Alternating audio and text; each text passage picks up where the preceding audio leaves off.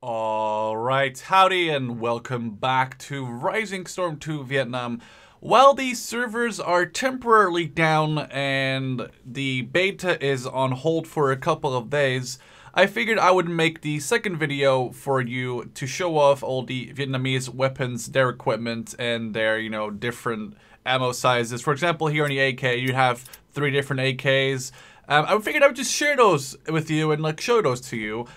Shoot some of them and talk about them and how I feel about them.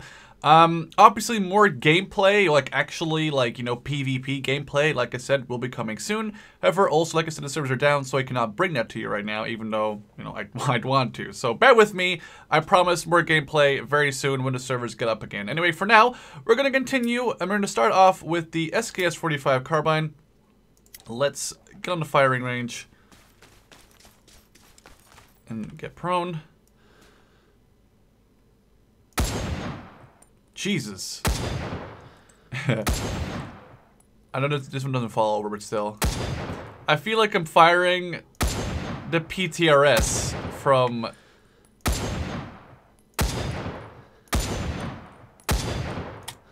Feels like I'm firing the PTRS from RO2. Jesus Christ, this thing sounds heavy as shit. That was awesome.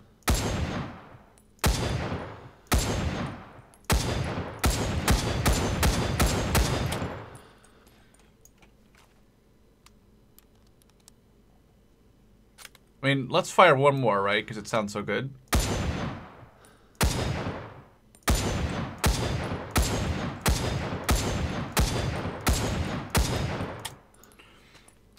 That was actually pretty cool. Hey, let's switch to the TT-33, the pistol that most of the, if not all of the classes get. That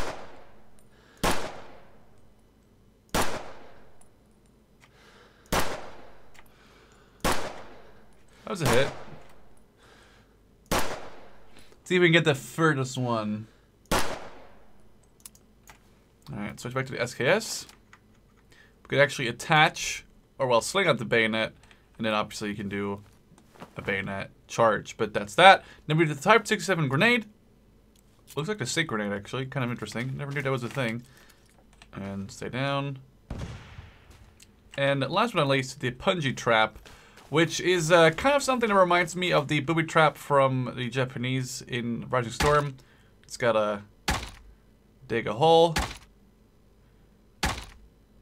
And if you're not paying attention, obviously this is like a flat map. So it's not really fair. But when you're not paying, I've already lost it. I think it's this. Yeah, it is. When you're not paying attention, that thing is going to tear you a new butthole. I don't know what it does. I don't know if it's an insta kill or if it just impairs your movement for a while or something. But look, the only reason you know where it is because it's a flat map. If this wasn't a flat map, you oh my god, that's pretty ridiculously hard to find. Moving on to the, let's fire the motion the gun first, and then we'll get to the AK variants. Let's crouch, attach bayonet because we can. Oh, that looks cool as shit. Also, I talked to one of the people who. They're not an official dev of Rising Storm 2, so take this with a grain of salt, but I talked to someone who modded lots of stuff for RO2, and he said that the bayonet, if you have it attached like I have right now, it will slightly reduce recoil, and it will increase weapon sway, because obviously the weapon gets heavier, further away from your hands, so it's harder to keep the balance up. That is at least what I was told. So that's probably the downside of having a bayonet on your gun the entire time, is the fact that you, oh, this guy is fucking twitchy. It's the fact that your weapon sway will be more, but you'll have a little bit less recoil. So it makes sense, if you have an AK and you want to go in close range, might as well put put that bayonet on there, for either short range engagements or for the fact that you get slightly less recoil. And this thing obviously sounds as good as it did in RO2, where I really love the sound of this thing. And just this action, it looks so good. Pew. Oh man, this is a great animation. Let's do it once more. I just love the animation of bolting the new bullet in. Bullet. Obviously, I have mine set to manual bolting because I just love that so much. Let's do. There we go. So switching over to the AK variants of the AK-47, the AK. Wait a second. There's wait a second. Oh, okay, I get it. So there's 3 variants of the AK with the AKM, the Type 56-1, and the Type 56. So let's fire the AKM first.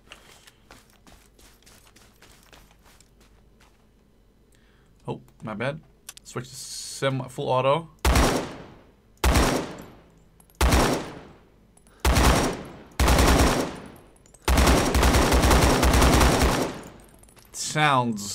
It sounds something that you don't want to encounter. It sounds pretty damn good. It actually hurt my ears.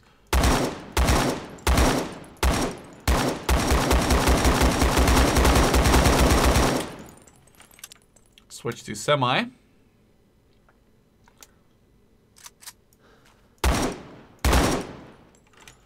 Let's switch to semi, damn it. Put on the bayonet. And continue.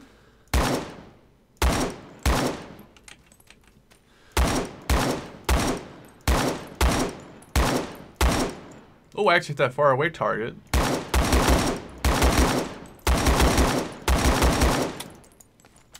Dude, let's do one more mag of the AKM. Oh, that's actually reloaded. Oh, we're out of ammo. Never mind. Then let's switch to the Type 56. Which I don't think... I think one of these is just a export variant. Okay, it's got a different sight. I think this is the export variant that was like made in China or Vietnam. Then again, not an American, and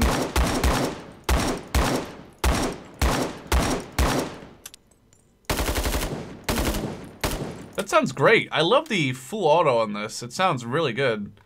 Less air rapey than the previous one. I really like that one. And then let's switch to the Type 56-1, which has a retractable stock. And I will tell you in a second what the stock does. So let's make sure it's... There it is. So now it's retracted. And according to what I've read here, and this is just, again, a quote directly from this guy, folding up the stock or picking up a weapon without a stock moves the sights slightly, and for automatic weapons makes automatic fire more controllable. So apparently without the without the stock, it allows for more accurate automatic fire. Let's switch that to a thingamajig.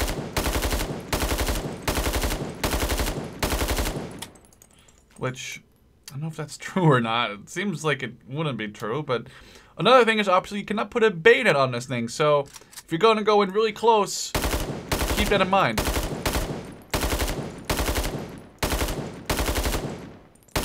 And this is actually pretty accurate. Although there's something weird about me. I do love the fact that you like look over the gun and not like through the sights.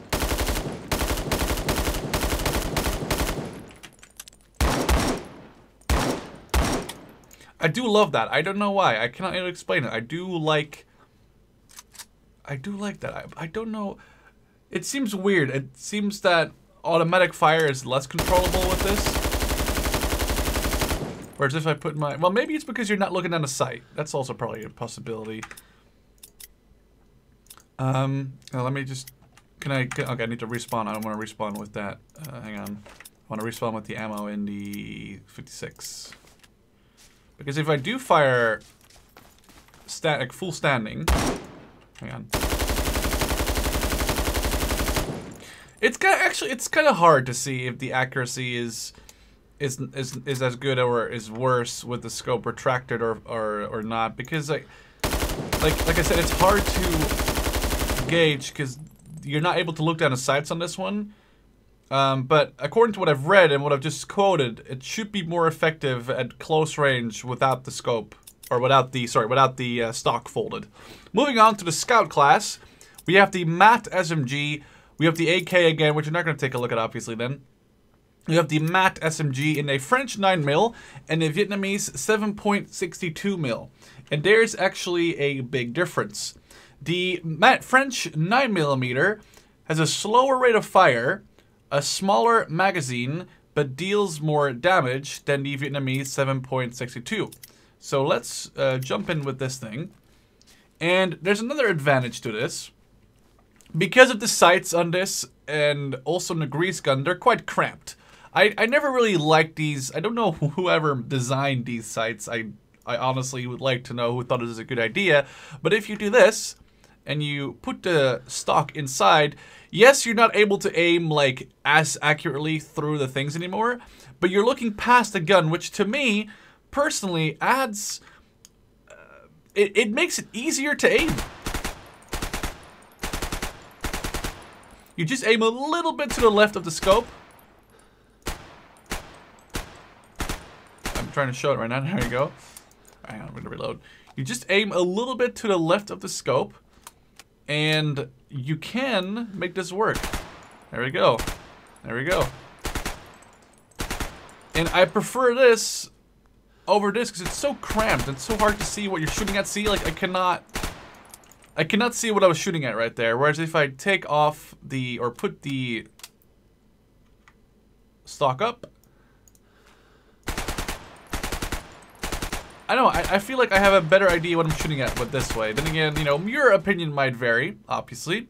We have smoke grenades, which you might as well throw one. And we have a tripwire trap. I don't know how that works. Oh, there you go. Okay. Oh, no. Okay, sorry. Okay. Make one. And then we can walk it all the way to, like, we can set a line. How far, though? Wait, no, you're kidding. Wow, dude. Oh my god. Well, obviously, this is very big. And this is something that you're going to spot. Like, you're going to spot something like this more easily than not, because it's a giant open fucking field. You can probably see this across the map. However, placing one, like, for example, what I would do if I was playing this multiplayer, motherfucker, placing one right there, and then placing one on the opposite side, and you're standing here. And you're having this just gun battle with the Vietnamese. And you're just shooting them. Oh well, I'm running out of ammo. It's been anticlimactic. You're shooting like you're shooting the Vietnamese, and you finally killed them, and you're just like looking around, and then boom, you're dead. I can see this being one of my new favorite things to use in this game, because if there's one thing I like, especially I did this in Japanese too. I'd always put mines everywhere. You know, put those like grenades in the ground, and this is pretty damn useful. I see you can only put down one, I think, which would make it balanced, because otherwise you'd have like a billion of them. But this is going to be very interesting, and I cannot wait to see this actually for me to use in one of the multiplayer matches I'll be playing hopefully soon. Anyway, moving on, we have the Vietnamese 7.62 version of the MAT 49. Let's turn around, which according to this should have a higher rate of fire and a bigger magazine, but deals less damage per bullet.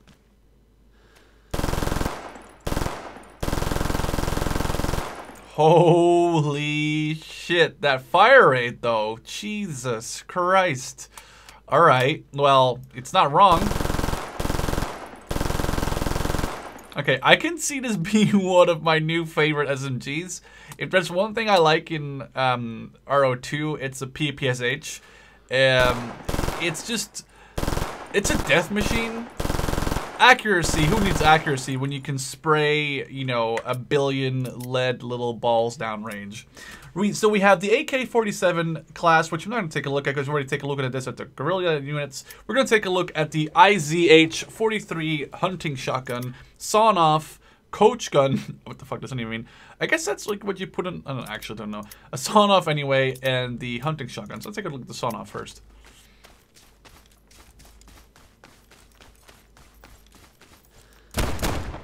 Jesus. I had a great time using the shotgun in multiplayer. It was so destructive. It was absolutely... Look at that. It was... I just destroyed that thing. That's like, what, 80 meters, 100 meters away? I even hit that thing. Like, of course, it's just going to be a few pellets to hit the target. So they're not going to die, but you're going to wound them. Imagine wounding those people with that. And it's ridiculous. Switch ammo. So we have all kinds of different ammo here. We have slugs. If I remember correctly, slugs are for long range. You basically fire one big pellet, if I remember correctly. Which, let's see if we can. Okay, I just missed, but the point is still there. So we have buckshot, a double-aught buckshot, and we have rifled slug. Yeah, so we have just one big pellet, We can either go for a full odd buckshot, or full slug, or half and half. We have the hunting shotgun, which can do the same thing. And the hunting shotgun, I'm assuming they all sound the same. Although it looks fucking cool as shit. We have a little sight on it now. This thing, I can really see this thing being absolutely amazing. Especially since you're going to be shooting stuff at long range with this.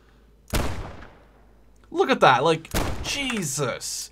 Wait, can you, oh my god, yes. Yes. Okay, that sound is amazing. Alright.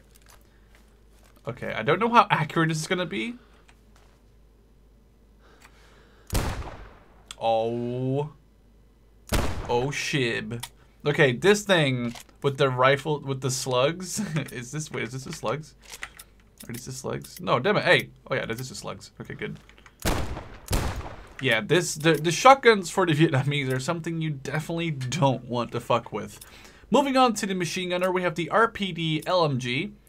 Only have one ammo, unlike the M60, which has two different ones. We can fold the bipod. That's cool. Okay.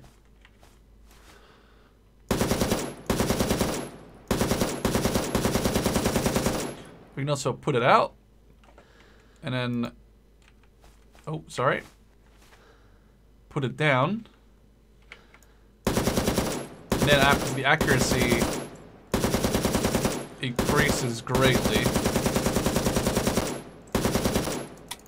Assuming there's going to be a downside to using the bipod, probably when you're hip firing it or something. Maybe it's going to be heavier. I honestly cannot tell you because I've never fired a weapon before in my life. And I really don't understand. Well, maybe. I don't even understand why I would want to fire the RPD hip firing, but you know what I mean. So we have the SVD Dragunov. Sounds a bit underwhelming, but it's, you know, it does what it does, which is it's a sniper rifle. Can we put a... Oh, no! Well, I mean, if you're gonna be MLG, you might as well... Ooh, okay, that's, that is very interesting. I can see this being a weapon you just use when you really... Well, not the weapon, but I can see this mode being something you really shouldn't be using that much. But the fact that you can put the freaking bayonet on there, it's pretty ridiculous. I do like the little fingerprint at the top left there of the scope. And then we have no other weapons there. We also have a sniper mousing the gun. Not really, I guess, a giant difference there, honestly. It's going to be the same thing as the other one. It's going to have a scope on it. PU. So, I'm just going to fire one clip of this. And, okay, that was bad. But, I mean, it's the same one as the one under the gorilla, so, not gorilla. The sapper, oh my god, yes. Oh boy, oh boy, oh boy, oh boy, oh boy. So we have the PPSH-41 with either the stick mag or the drum mag. We also have a mine. I don't know how that works. Is it like a grenade thing? Or it's a put down thing, isn't it? Or just put two on top of each other. Can we shoot those things? That's a question, though. Wait, you can no longer sprint backwards? That sucks. Oh! Wait, you can shoot them?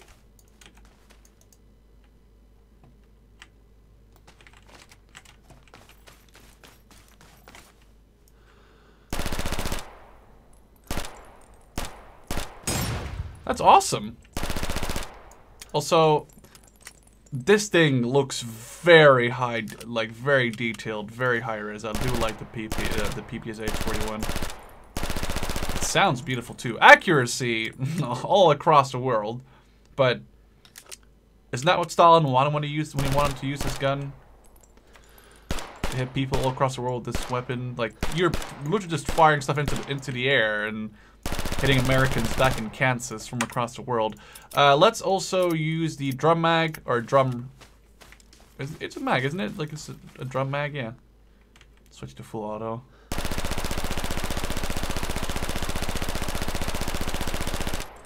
Oh my god. Wow, was that a mag dump already? Was that 71 rounds? Jesus. Actually, well, that's a pretty long sustained rate of fire. Then we have the RPG, probably one of the more interesting units, things we can get as the Vietnamese. Main reason being, I'm guessing, for anti-helicopter purposes. Okay, let's see.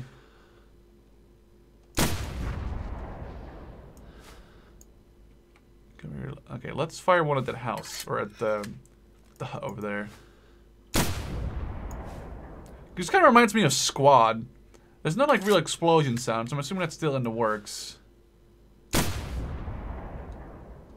talking about like the actual explosion sound from the rocket hitting. And then you have the commander, which has the smoke grenades and have the pistol and has the binos. But I already tried the radio thing, and sadly enough, it doesn't work as we're on base. So this was the little Vietnamese preview. Hope you guys enjoyed, you know, hearing all the weapons and kind of hearing my stupid thoughts on them most of the time. And, you know, actually learning the difference between some of these weapons with the Vietnamese and the French MAT 49. And, yeah, hope you guys enjoyed. Don't forget to stay awesome. Do drop a like if you liked the video. And I would love to see you in the next one. Cheers.